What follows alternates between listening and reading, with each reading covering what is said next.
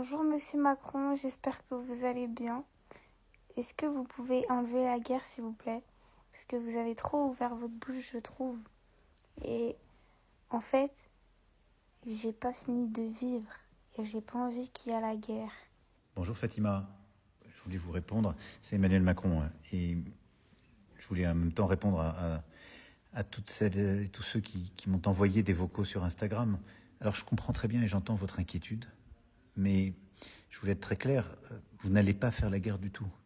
Et vous allez continuer de vivre, de peut-être passer votre brevet ou votre baccalauréat, d'apprendre, de sortir, de vivre librement, de construire votre avenir. Et c'est tout ce que je vous souhaite dans notre beau pays. Qu'est-ce qui se passe? Les États-Unis et Israël ont lancé des opérations militaires en Iran. Parce que l'Iran avait pris des décisions très dangereuses pour tout le monde. Elle développait des armes nucléaires, elle avait des armes qu'on appelle balistiques, elle déstabilisait la région. Et elle avait massacré son peuple. Et en représailles des frappes que les États-Unis et Israël ont lancées, l'Iran frappe toute la région. Alors la France, elle ne fait pas partie de cette guerre. Nous, on n'est pas au combat et on ne va pas s'engager dans cette guerre. Mais qu'est-ce qu'on fait? D'abord, on protège les nôtres. On a plusieurs centaines de milliers de nos compatriotes qui sont là-bas. Tous ceux qui veulent revenir, on les aide à revenir en paix et en sécurité.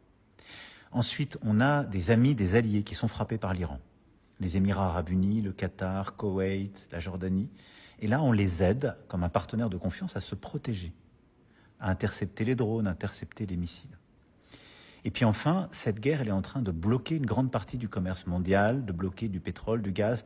Donc elle est en train d'augmenter le coût de la vie dans beaucoup d'économies, de créer de l'instabilité. Donc là, de manière tout à fait pacifique, on est en train de se mobiliser pour essayer de sécuriser le trafic maritime, faire que les bateaux, les tankers puissent sortir. Puis je dirais enfin, il y a un tout dernier sujet, c'est le Liban, qui est en même temps aujourd'hui touché, très déstabilisé. On les aide à retrouver la paix et la légitimité, la souveraineté, le calme, alors qu'ils sont aujourd'hui bousculés par cette situation.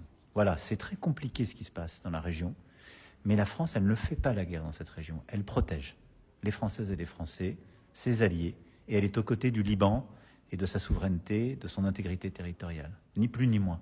Donc je voulais vous rassurer et vous dire qu'on va continuer de faire ça. Je continuerai d'expliquer ce qu'on fait et on essaiera d'être les plus raisonnables et pacifiques possibles, parce que c'est le rôle de la France. Merci beaucoup Fatima et bonne soirée.